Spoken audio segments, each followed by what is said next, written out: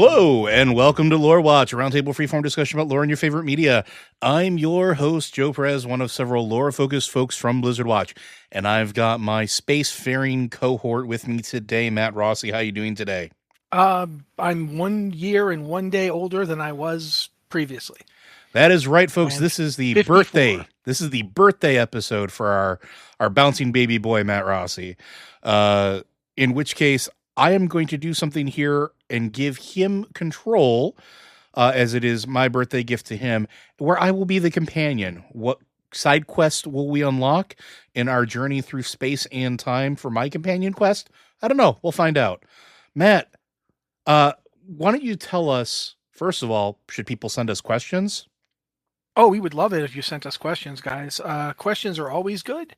You can send them to podcast@blizzardwatch.com, which, subject line, lore watch. That's helpful.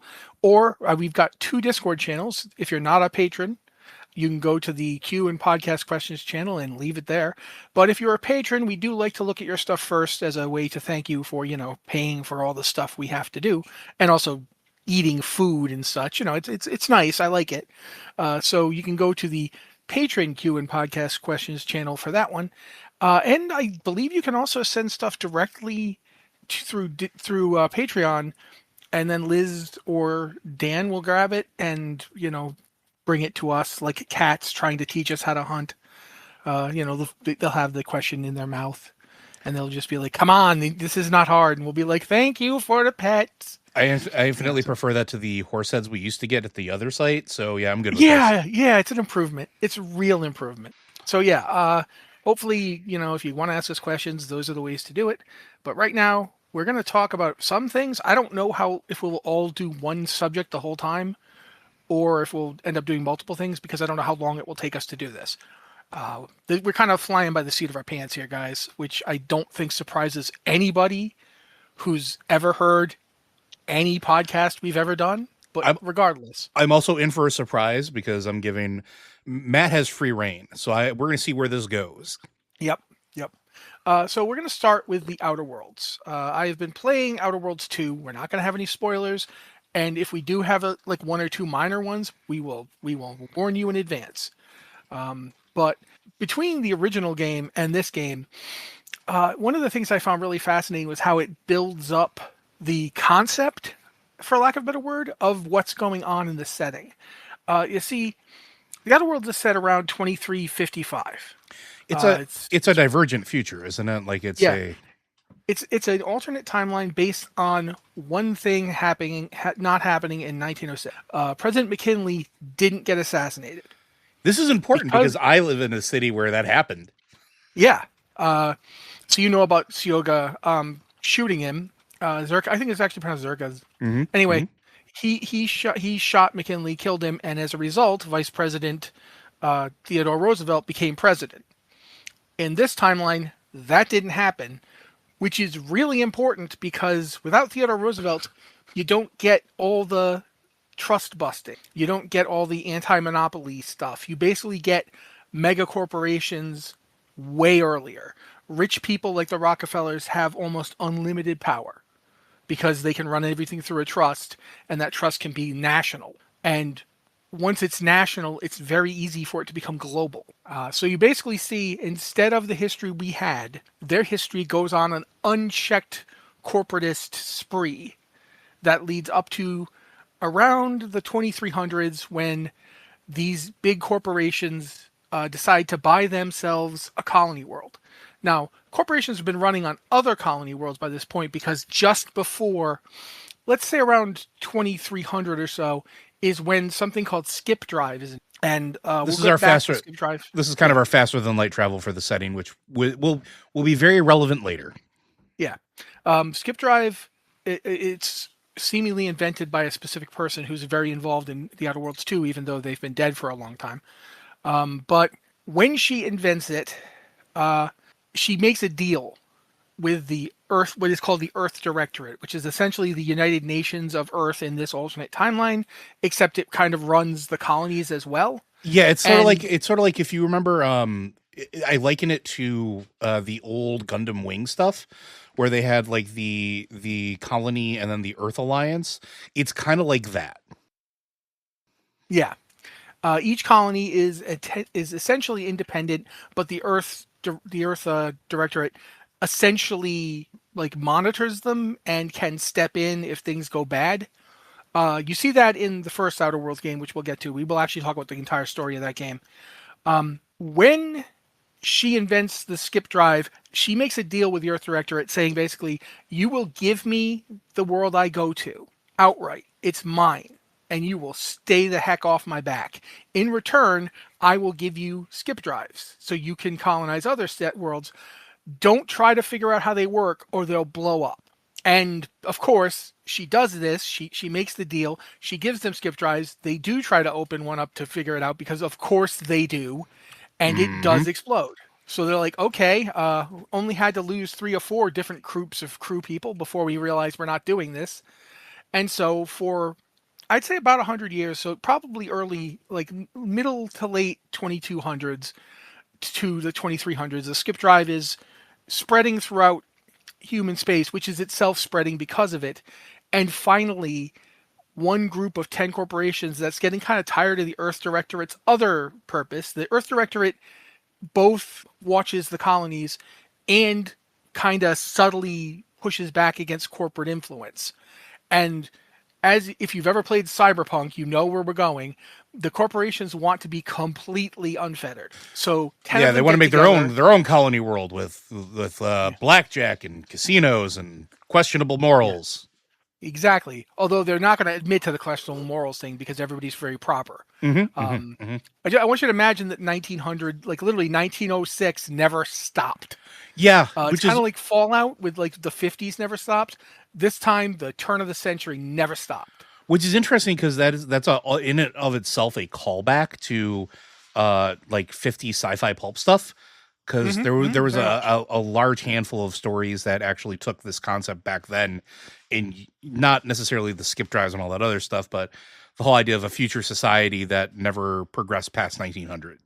So like, yeah, and so go ahead. I'm sorry. No, go ahead. Oh, okay. 10 of them get together and they create something called the Halcyon Holding Corporation, and they just buy Halcyon outright.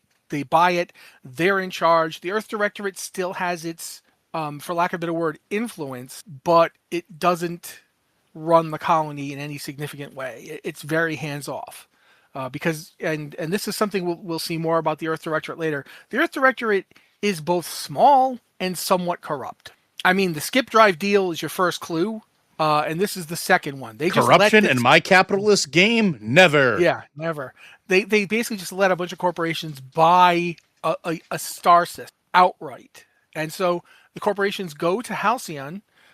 They have 2 ships that they're using to get to Halcyon.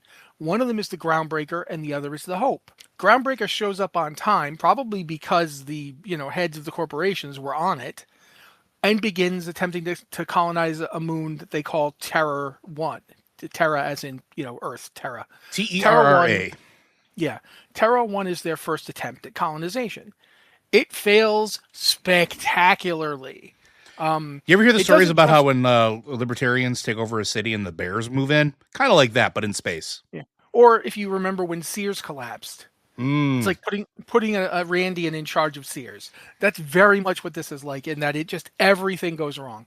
Part of the problem is that the native life on the world that was then called Terra 1, and which will become called Monarch, that moon, the native life on it is extremely prone to mutate. So everything they were doing to terraform it was affecting the creatures that lived there and causing them to mutate rapidly and viciously.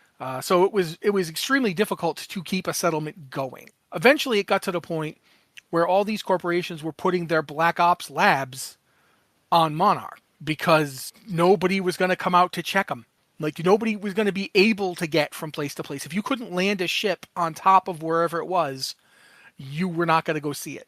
It was just too aggressively difficult to get any. While the populace of Monarch was adapting to this by becoming basically grizzled prospectors who shoot anything that moves, eventually the corporations, except for one, MSI, the Monarch something Incorporated, I always forget the rest of the name, but it was called MSI. that company had invested so heavily in Monarch that they couldn't pull out. Everybody else did. Everybody else pulled out in basically a 9-to-1 meeting of the holding corporation that eventually cut the Monarch MSI corporation out of the colonial board, essentially just abandoned the place and even interdicted it. They put gunships in orbit to keep anybody from leaving or entering. But the gunships were not tremendously effective, and Monarch basically became a hub of crime and villainy, with people still acting like Victorians who were very, very upset about this and wanted everybody to understand that they were perfectly good, polite people when they weren't murdering and eating people. So that's Monarch for you. It's basically like Tatooine, but also a swamp. So it's Tatooine and Dagobah. That's Monarch. They decide, okay, so Terra 1 didn't work, so we're renaming that Monarch, and we're going to go with another planet we're calling Terra, which became Terra 2, and then E. And they settled that world, and that did much better. There were still lots of things on the planet that wanted to eat you, but they didn't seem to be mutating nearly as much, and it was a much easier settlement, all told. There were other worlds. I forget the main one in the setting. I think it was actually still on the same world as Eden, but there was a city called Byzantium that essentially was the home of the Halcyon Holding Corporation, and the minister who they appointed, Minister Clark, who they appointed to run the planet. He was working with an Earth Directorate character, but he didn't actually, he basically drugged that guy and kept him sealed away in a room and completely stole any power or authority he had and just ran everything. And the reason he did that was because they discovered that one of the side effects of their terraforming was that the planet couldn't support life long term. All the stuff you're trying to eat was alien based. It was all based on the biology and ecosystems of the worlds that they had settled, which wasn't Earth biology or ecology. So eating food wouldn't help you after a while, because only food that came from Earth, like saltuna, which was actually a combination of salmon and tuna. They made a genetically engineered combination of salmon and tuna. So saltuna... High yield, high protein. Yeah. Saltuna, could survive eating it. But none of the native animals, for instance, when people started eating sprats, you didn't get anything nutritional out of it. Mm-hmm. And so, as a result, the colonies were tipping towards ultimate disaster.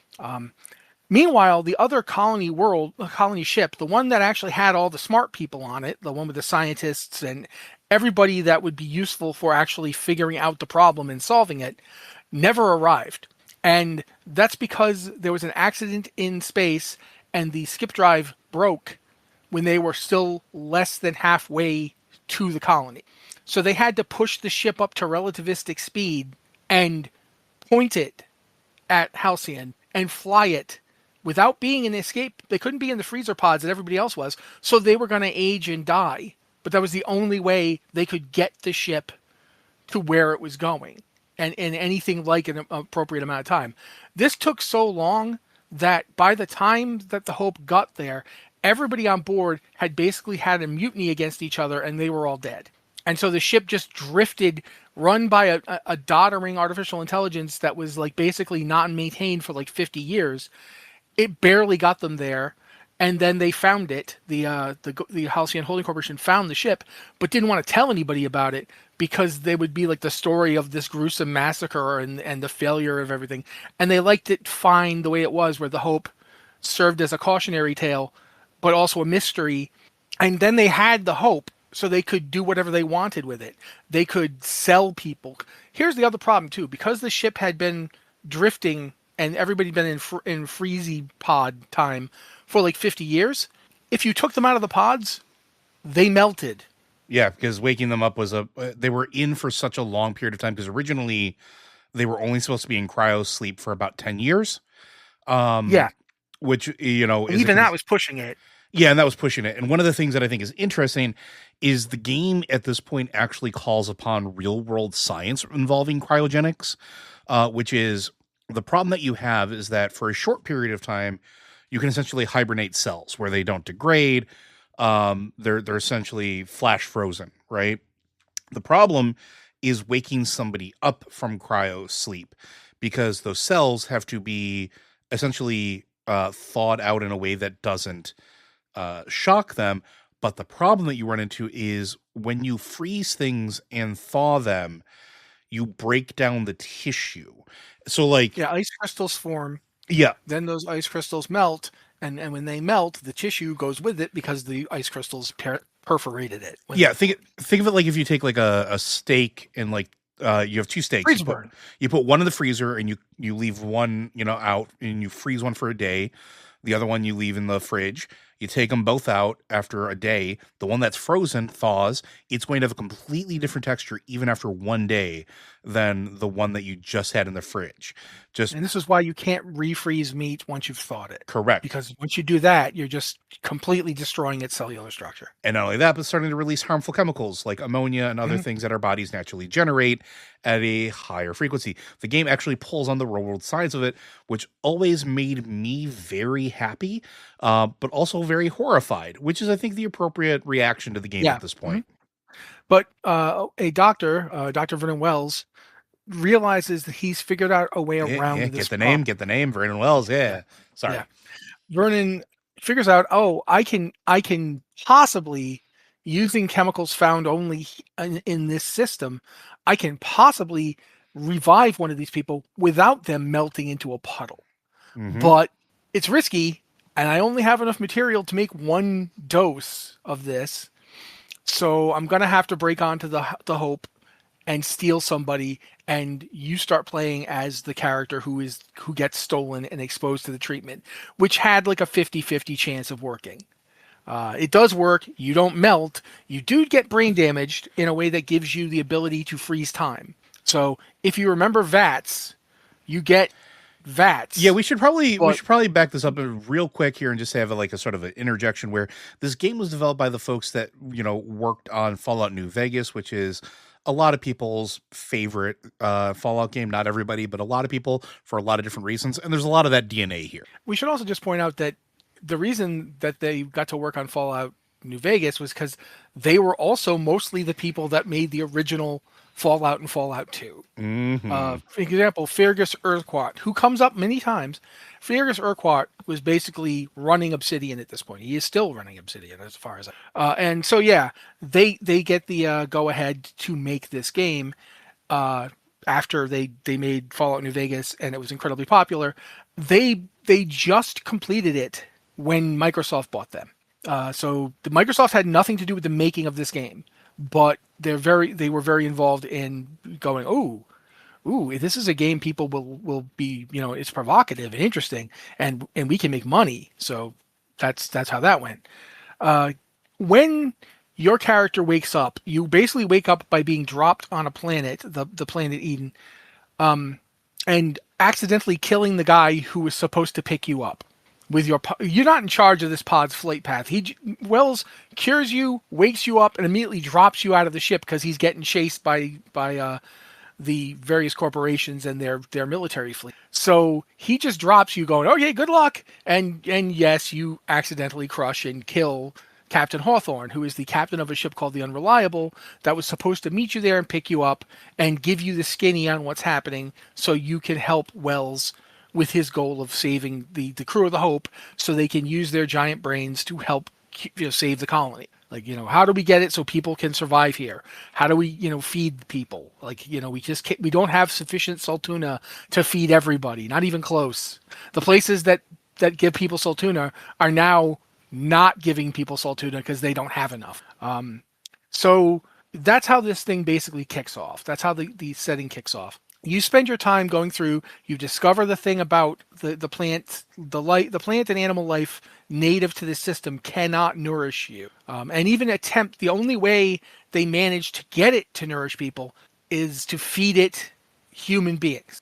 Instead of just using normal fertilizer, because fertilizers are all synthetic. These are mega corporations. These are companies each on the scale of, like, if Disney, Amazon, and Boeing were one company, it would be like 1/10 the size of these corporations. Everything is synthetic. Everything is very slickly if you ever watched old commercials, it's like everything is like that. Everything just like, now with Q-rays or parasite free. Note, parasite free means merely that we do not have any currently living parasites, and if you do get a parasite, we are not going to charge you for it. Like that kind of thing. That's what the corporations are like. They are evil and also really quaint about it. So they're using like synthetics for everything. Every fertilizer, everything they do. Half of the food they're giving you is synthetic. There's like two foods that I think that would be okay without. Like one of them is borscht, which is grown from. I'm sorry, I have to use this word. Cysty pigs. Do you want to tell them what cysty pigs are, Joe? Not really. Okay, just trust us. Cysty pigs are not good. No, like okay, so they do represent something that we should probably talk about a little bit, which is in an effort to fix the problem. there's a lot of like genetic dabbling that goes on, and cysty pigs are literally like the worst part of the animals from Fallout made into a corporeal form. So they're bred. Say they're the Deadpool of pigs. They really are, except they might actually be uglier than Deadpool. They're bred by the local corporations that they grow bacon tasting tumors on their necks, which when they're matured, and I really apologize, I hope you're not eating for the next part of this, the tumors just fall off when they're ready. And then you harvest them, and it's packaged as and I'm going to air quote here, a sustainable meat product. And then there's no lie there. There's not. But then there's also the stuff where like the hooves of them are used as feed for a feed supplement, for protein. And it's like, this is a perfect encapsulation of how sideways things have gone, thanks to the fact that corporations have basically been left unfeathered for 400 years, 300 years. Yeah. I want you to imagine, like, if there was never been an FDA, thalidomide would still be in use. It's like that on speed, which would be legal. It's just, yeah. In fact, that's another thing that happens because they're having the food problem and they're trying to come up with any way they can to solve it without admitting it. They don't want to tell anybody, by the way, we're all going to die if we don't come up with something. Because productivity is king for these corporations. And people are never less productive than when they find out they're going to die no matter what. So how do they keep them generating their profit that will allow the corporations to presumably fix this, or, as is more likely the case, save themselves from it? They're like, okay, we can't tell anyone what's going on, but we still need to get productivity up. And sleep is a problem. Why do people keep sleeping? We need people to stop sleeping and just work forever. But they keep doing stuff like falling down and passing out and going insane. How do we fix that? They come up with they have a molecular biologist, and she comes up with something called adrenatime. Adrenatime is like if you took anti-narcolepsy medication, methamphetamine, and LSD, and combined it and made it minty. And as a result of this, a whole swath of workers are taking adrenatime, thinking, this is great, I don't have to sleep anymore, I'm so productive. And then, of course, because you know what's going to happen, they begin violently degenerating mentally because they haven't slept in days. Yeah, and we know that, like, I think it takes, 2 days for us to start going mad? Like, it's not as quick of the descent as it is in the movies, but, like, you, at 2 days of no sleep, your brain starts deteriorating, and these people are going weeks, months, long periods of time with just, like, literally jacking this adrenal time into their vein. And as a result of this, there's a lot of people called like scavengers or scabs, CSABs. They make sense in the setting because not because they're all radioactively mutated or whatever, but because they're literally madmen who can't grasp reality anymore. So They're just wandering around attacking people randomly. They're not even attacking you because they really want to take your stuff, because they barely understand that you have stuff unless it's Adrena time. They just want to kill everything because they're that far gone. So this is just one of the many programs that they've come up with to try and solve it. Another problem the corporations have is something called purple berry. Purple berry is a purple berry. I mean, it's a purple berry product that gets used in practically everything from cereal to, as a food additive, as a toothpaste flavoring. There's only one problem. Every single sample of purple berry that exists, not just in Halcyon, but in every colony, is got a symbiotic entity that lives inside it.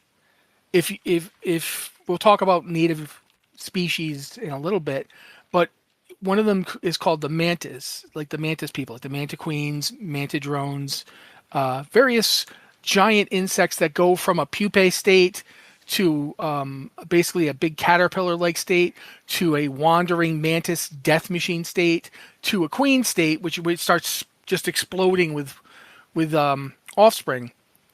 Purpleberry carries something that's like that. And if you eat it, they get in your body, and eventually they will chew you from the inside out, and you will explode. Mm-hmm. But it takes a while. Rather than the company that both invented Adrenatime and is marketing all this is a company called Spacer's Choice, which is, imagine a gigantic megacorporation that's also like Kmart, and that's Spacer's Choice. They are the bottom rung in terms of prestige, money, and power, but they're ubiquitous because they make the cheapest stuff. So nobody's got enough money to buy from all the other corporations when they unless they are actually wealthy themselves. Most people are stuck with Spacer's Choice. Yeah, because I mean, Halcyon commands massive, their stuff's expensive because it's, and I'm going to air quote here again because there's a lot of air quotes when dealing with this, the best. But they're essentially the ruling mega corporatocracy, with as far as like the umbrella corporation that holds everything. The holding corp. Which Spacer's Choice is part of, with Auntie Cleo's, UDL, and Rizzo's. And they control literally every aspect of this colony. We haven't even talked about Auntie Cleo's or UDL or Rizzo's yet. No, and we will be. But Spacer's Choice is the bottom rung one because they dominate not through the reputation, however artificial, for quality or for targeted research, but through just spraying garbage at people. Hmm? It's like, we have the cheapest gun, we have the cheapest armor, we have the cheapest food products. As a result, Spacer's Choice didn't want to go through the trouble of actually coming up with a way to prevent the parasites being in the purple berries. So instead, they discovered by accident, while studying Saltuna, that, hey, the Saltuna used to have a parasite, and we just froze them. Once we prepared the meat, we would just freeze it, and the parasites would die. And so that's what they did to the purple berries. They just froze them. And that did, in fact, kill the symbiotic thing living that becomes parasitic in a human body. That did kill that. However, it didn't kill all the eggs in the purple berries. Mm-hmm.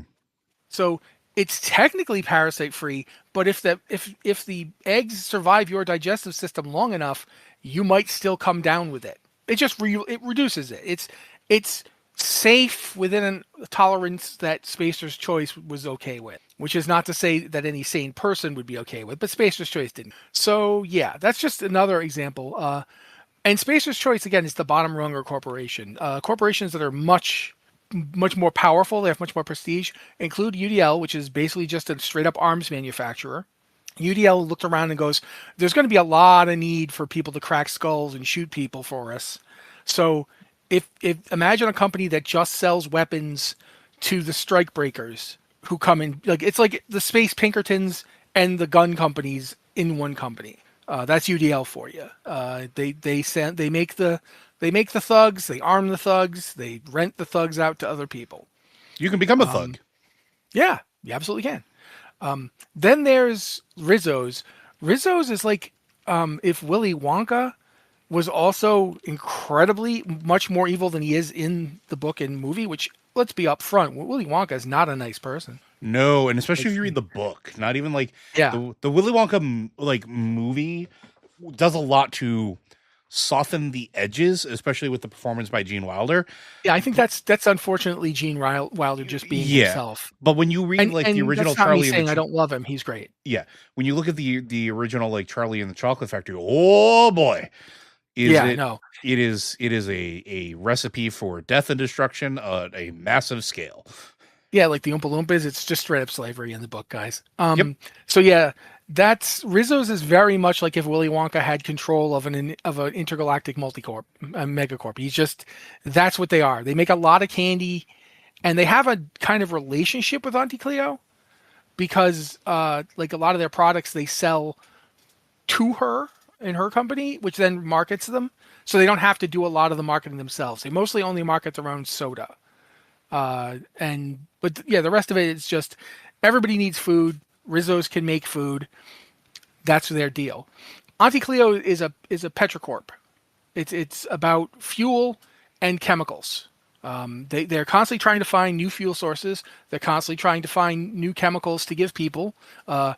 They were actually mad that somebody else came up with adrenotime. That made them angry because that's the kind of thing they do.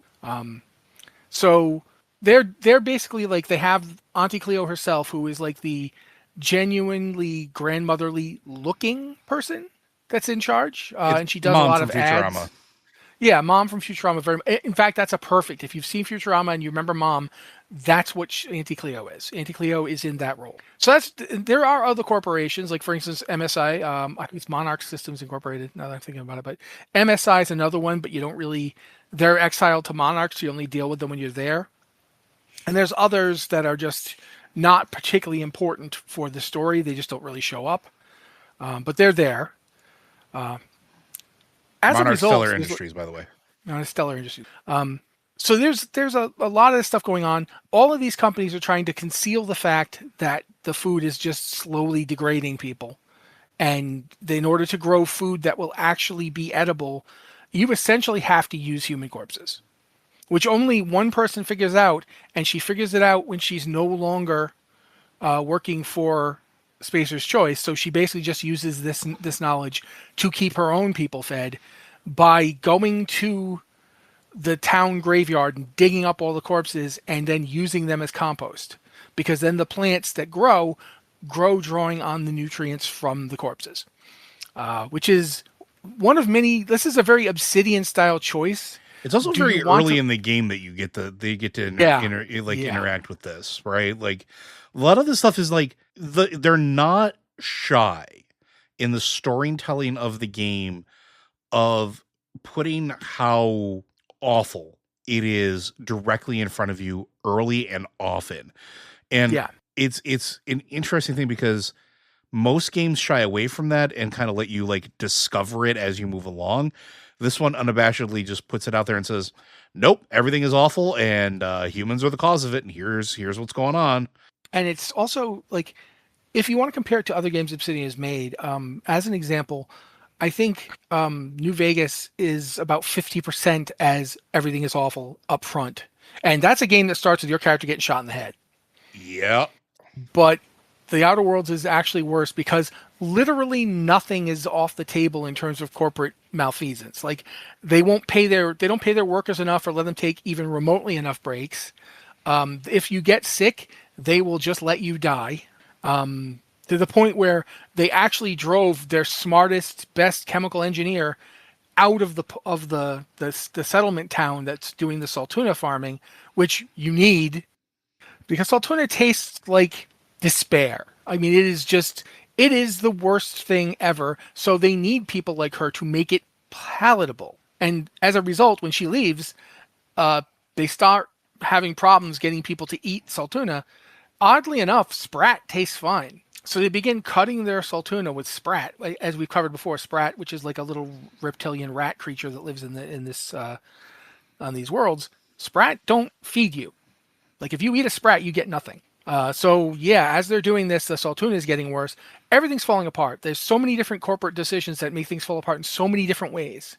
At one point, you go to another part of this world and find a hidden lab that's an Auntie's Choice lab, and you discover there's a raptidon with a specific kind of toxic venom, and that toxic venom ends up as a really great toothpaste because it acts like an appetite suppressant, and that's good because that way people can work harder and longer without eating. Again, you see what they're doing. They just want to make it so everybody can work without ever eating or sleeping or living at all. And they're trying to do it through chemistry. And if you've not ever as a reminder around, yeah. I was going to say, as a reminder, the hope, which has been missing for 60 years at this, which was just discovering that you woke up on, had all of the smart people that would have been able to fix and solve this problem from the beginning. Yes. And so there was nobody there to say, we cannot possibly do this. You need to throttle back. Your unchecked greed is going to get everyone, including you, killed.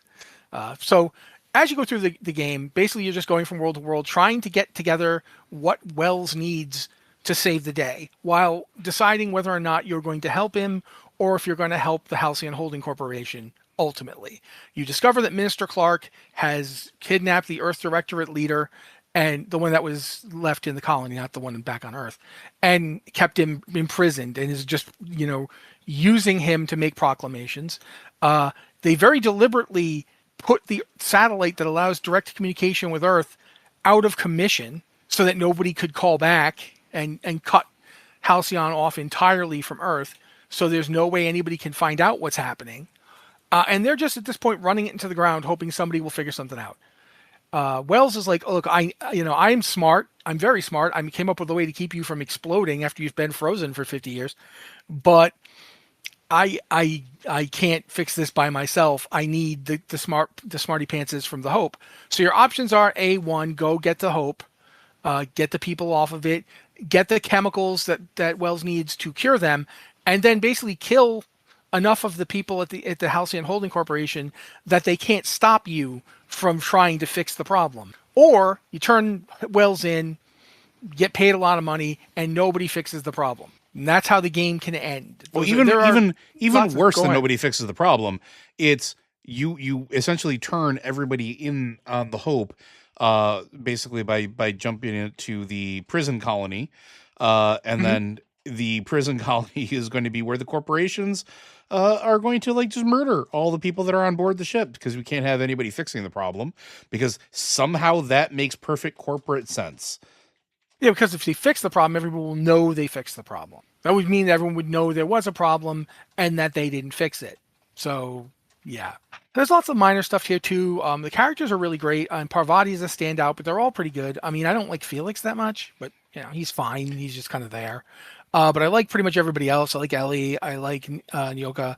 I like, I even like Max a bit, just because when he finally lets his map slip, he's funny as heck. Well, why don't we go through a brief, because again, it's a game by Obsidian, and it's a game in which the companions make a lot of the game from their lens of viewing the world, and as far as their questing, it sort of exposes you to most of the world. So, well, I think maybe a quick rundown of the companions you take with you might not be a bad idea if you want to maybe start with our I think everybody's favorite, Parvati. Yeah, Parvati is played by Ashley Birch, first off. So, right up the bat, this is going to be a character you're not going to forget. Parvati is a lot of things. Parvati is unfailingly optimistic and kind. Parvati is really... if you don't read this character as autistic coded, I don't know how you don't read it that way, because Parvati is autistic. It's pretty on the sleeve there. Parvati is very much wants to help you because she believes you're the only person so far who seems to want to fix any of this stuff happening. Like, her father's died, and he was the main tech guy in the colony. Now she's kind of doing his job, but she doesn't really officially have it. She just sort of is doing it. Her quote-unquote boss is kind of letting personal vendettas override the safety of the town that he's in charge of. Meanwhile, people who've left the town are full-on hate, just straight-up haterade towards the corporation that runs the town, and thus everybody who currently lives there. So they're not helping. Parvati's like, we gotta get this done, and you're the only person I can see who's doing anything. So she falls in. She immediately becomes like just the best companion. Love having her around. Also, she has a really cool, for lack of a better word, an ace romance. I don't know how else to put it. She's ace, like she's straight up asexual. Doesn't really care that much about it. Just it just isn't a real big deal to her. But she is capable of loving people. So she's not Arrow. She meets Gwen Tennyson, who not Tennyson, is it? Is it Tennyson? I cannot remember the name of that woman. I also cannot remember it. June Lee. June Lee. I can't remember June Lee's last name. I think it's June Lee Tennyson. But June Lee Tennyson is the captain of the Groundbreaker, which was the ship that got here successfully. Her family had struck a deal with the corporate board that once everybody was disembarked, they got the ship. And they've built the Groundbreaker into a space station that it's neutral. All the corporations, none of them are running it. The Halcyon Corporation isn't running it. It's their family. And as a result of that, they're constantly at odds with the Halcyon Corporation. But Halcyon can't afford to to push them because their ship is one of the few places that can be used by everybody to get to places for marketing and so forth. It's just a good, solid, neutral base that nobody has the desire to destroy. So she falls in love with her, and they have a very cute, sweet, extremely awkward relationship between two obviously autistic coded characters. My wife and myself see a lot of ourselves in this. So that's Parvati. Max is the vicar of the small town that you first go to, and Max tells everyone he's part of the Order of Scientific Investigation, but he's not exactly telling the truth. He isn't lying. He believes in the same belief system that everybody else in the OSA does. He believes the universe is basically a giant clock. And for full, this is Maximilian De Soto. Yeah, De Soto. Max, however, got this quote-unquote faith when he was put in corporate prison. And mind you, he was in corporate prison as a vicar. He wasn't there as a prisoner, but he was still in prison. You're in a prison when these guys are running it. It sucks for everybody. So he learned that there was a philosopher who had a completely different view on everything, but he wants the guy's books, and that's the whole deal for him. It's him basically trying hard to push the idea that he's special while he's in a religion that says, no, nobody's special. Everybody should just live the role they have in life because it's all part of the cosmic order. It's all mathematically preordained. If you're trying to elevate yourself, that's arrogant. So Max, whose entire family was working class, his attempt to become a lettered, educated individual goes against that divine plan. And so in a way, it's extremely rebellious. It's essentially saying, I believe in the divine plan, and I'm going to completely ignore it. That's how much I believe in it. This is my thumb. This is my nose. Take that, divine plan. Yeah, so that's Max. He ends up, starts off being kind of whatever, but he gets more interesting as you go through and follow his story. You got Felix, who is essentially, I live on a space station. I'm considered a stowaway. Because I was born there and nobody knows who my parents were or anything like that. And I just lived on the ship like a runger. Yeah. I love that the introduction you get to him, or at least in all the official literature, is that he is a rebel without a cause. Mm-hmm. Because that's what he is. Yeah. He's a rebel because he's got nothing. He isn't part of anything because he grew up essentially thrown away at birth, and he grew up inside the hatches and passageways and hidden parts of the ship. So he is, that's Max. There's not following his quest is basically just finding out that, people lied to him and used him when he was a kid, which isn't surprising, but it's fun to go kill those people. But he doesn't have the same kind of dramatic shift that Parvati or Max or our next one, Ellie. Ellie is a doctor. And when you first meet her, she's very much the kind of doctor who has a kind of anarchic quip for everything, and basically just likes to shoot people and take care of herself. Doesn't want to owe anybody anything. So if she has anything she feels like is a debt, she immediately needs to settle it. She cannot have that going on. So when it turns out she thinks she owes somebody something, she involves you in this whole complicated scheme to essentially pay off the person that she owes, so she doesn't have to owe them anymore. Yeah, and for she's also one of the more interesting ones to me, because she actually also grew up with her parents were wealthy socialites. They're the big deal. And like she just decided that she didn't like safety. She didn't like a life of elegance, essentially. And so that's when she decided to become a pirate. And I'm going to air quote pirate. With her pirate haircut, and I'm also going to air quote that one. It's pirate adjacent, but she doesn't actually commit any piracy. But no, she doesn't. But she keeps referring to herself as a pirate, which is really kind of funny.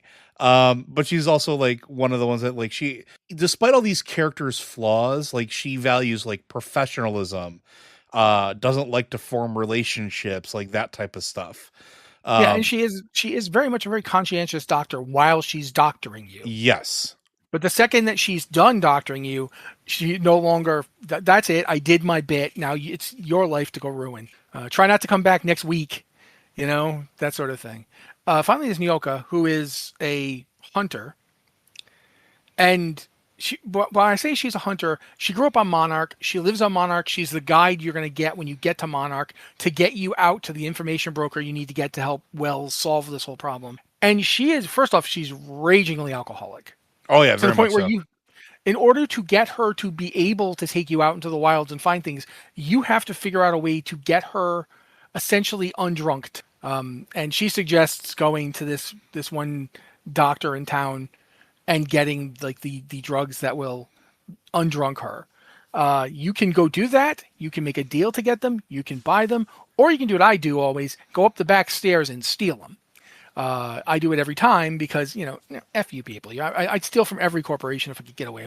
But so I go steal them and we go off into the woods. Eventually you find out that the reason she's so messed up is that she and a bunch of other people kind of created their own little found family, and Monarch did what Monarch does best and ate her found family with horrible crushing jaws.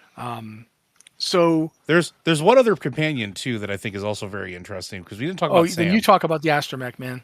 Yeah, well, he's not an astromech, right? He's a cleaning mech. Sam, who is the sanitation and maintenance auto mechanism, or SAM, because SMA didn't work, so they just put the A in the middle and whatever, is a robot that was formerly in the companionship of Captain Alex Hawthorne, the one that you land on. And essentially become... Yeah. Because the ship is programmed, Ada, the artificial intelligence of the ship, is programmed only to respond to Captain Hawthorne, and therefore you have to be Captain Hawthorne. Which Ada tells you. Her to respond to you. Yeah, which she tells you up front. Yeah, because she's smart enough to know, like, well, I can only work with Captain Hawthorne. You're Captain Hawthorne, right? But Sam... I think she's talking to you. He's just a big old, like, bundle of automaton, and I think it's funny because his entire purpose in life is to shove acid at enemies. That's what he does. That's his whole shtick. But basically they take his subroutines for cleaning and turn them into subroutines for murder. Yep, it is. And as far as he's concerned, he's still cleaning stuff. That's what he's doing. Technically, he's dissolving them with acid. Yep. They're going away. But that's the other thing that I think is really interesting about this game too, is it's not just the people that have personalities or have like sort of these like flaws or weird character things.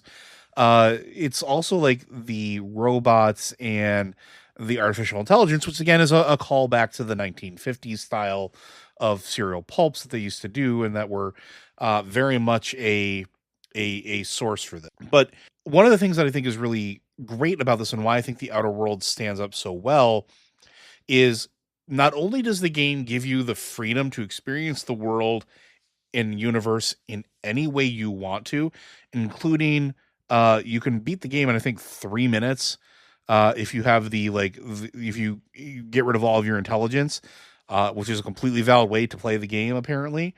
And funny.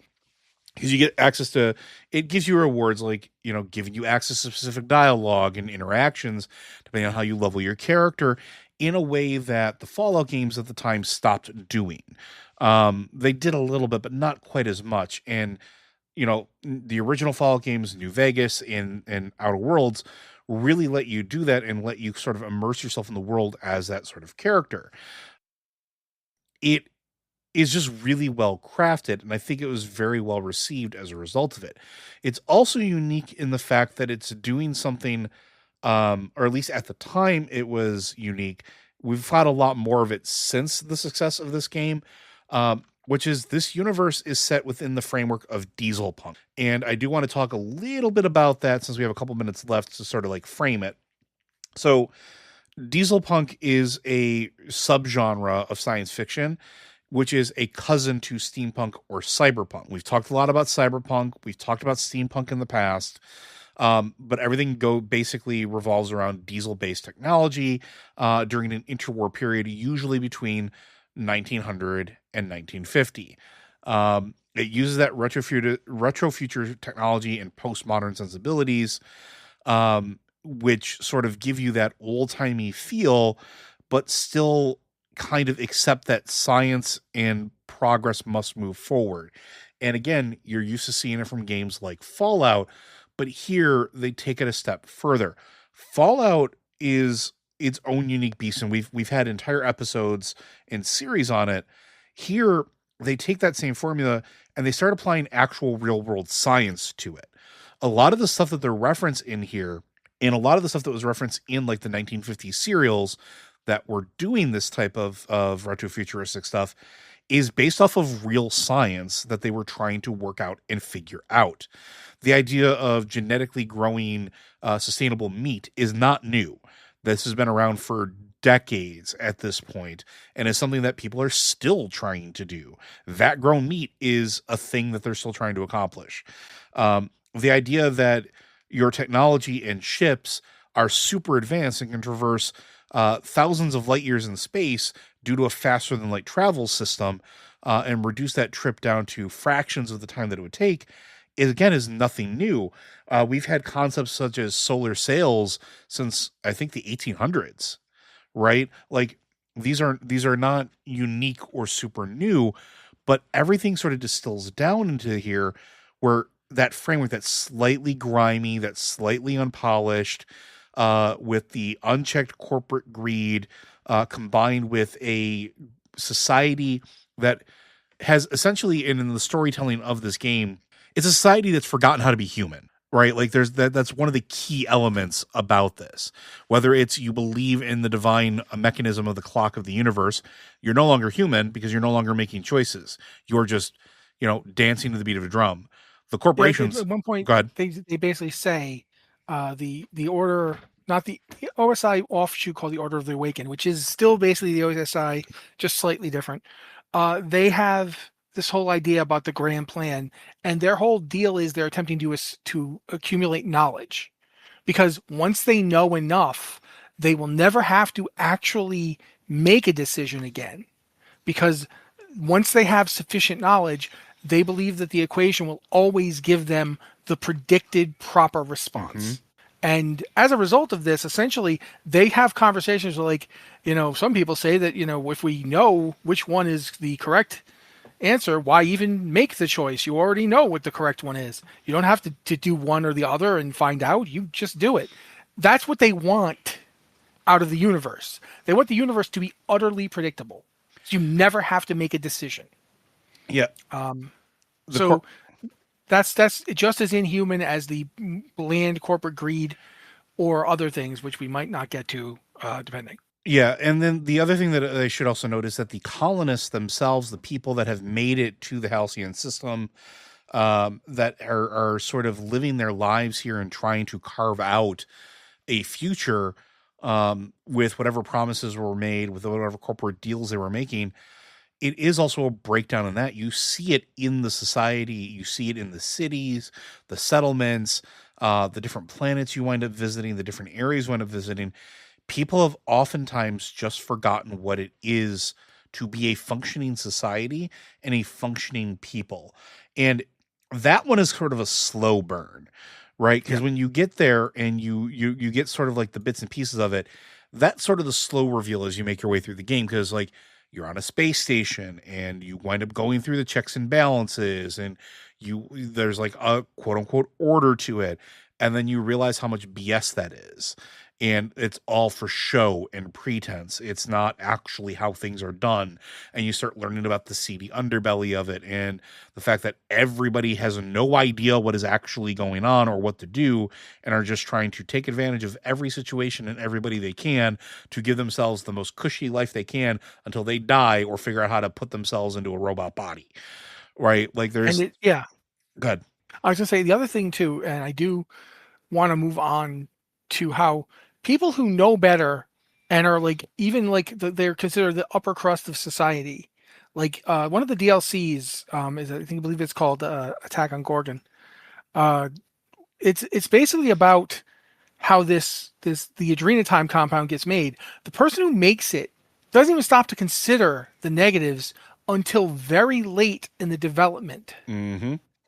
And even then, she kind of like hand waves it.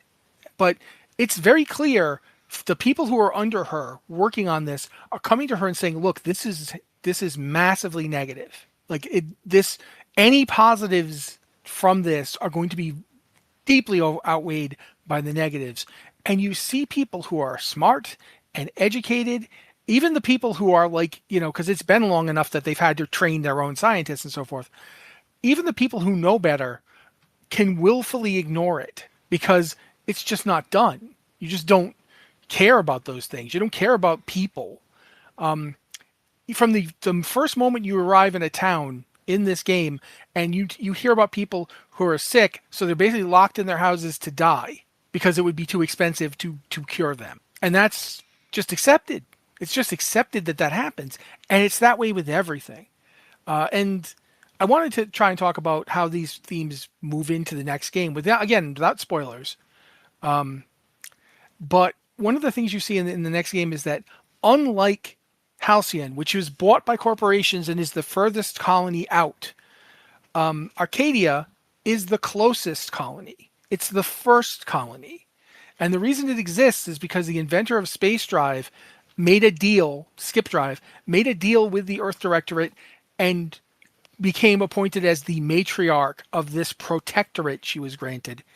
And then her son becomes the sovereign, and then his son replaces him and becomes the sovereign, who is currently sovereign when the game starts.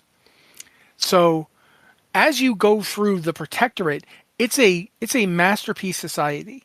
It's very similar to the kind of like a company town without a company, or Levitt Town or what have you. Everything is run by the protectorate. It's essentially like a socialist / communist society, except it doesn't have communalism as an ideal. But it's just about you will live in the prescribed role for you.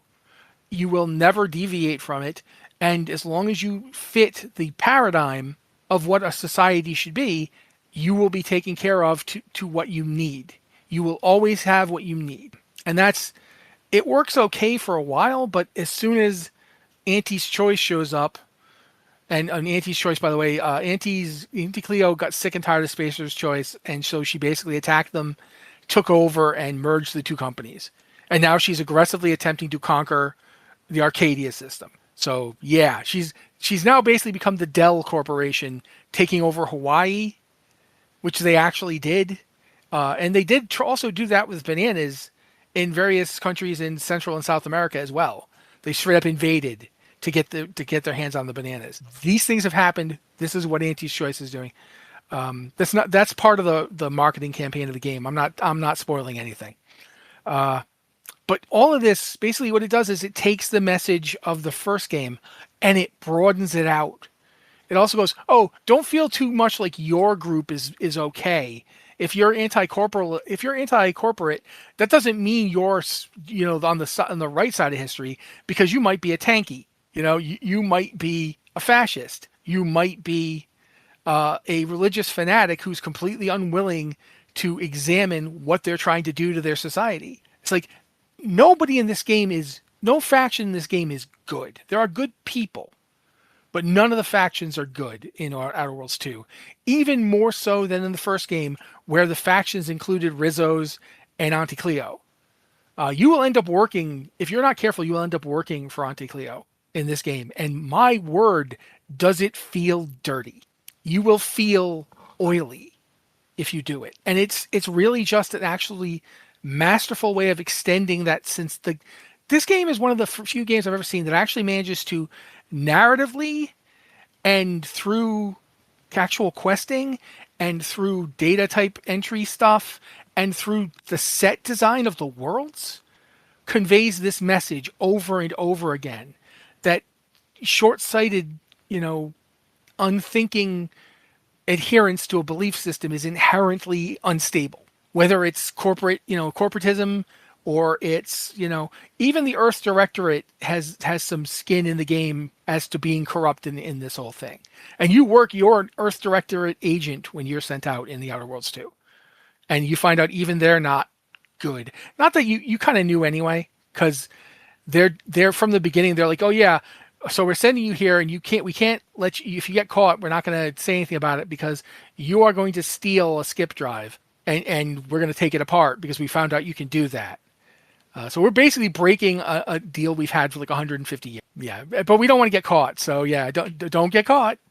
The whole thing is just, in a way, it is the perfect Obsidian game. Like it is, and when I say that, I mean it's the perfect Obsidian game in terms of like people like me who are of a generation to think of them as that, as that thing. So yeah, do you have anything else, Joe? No, I was just gonna say it's a game that if you have not played it yet, I highly recommend, especially with the holiday season here.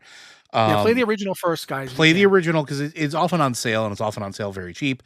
I would not pick up the original Nintendo Switch version. Literally anywhere else is fine. Highly recommend playing through it. And then we're going to talk about 2 at some point. Excuse me. And we'll get there because 2 goes off in some weird directions as well.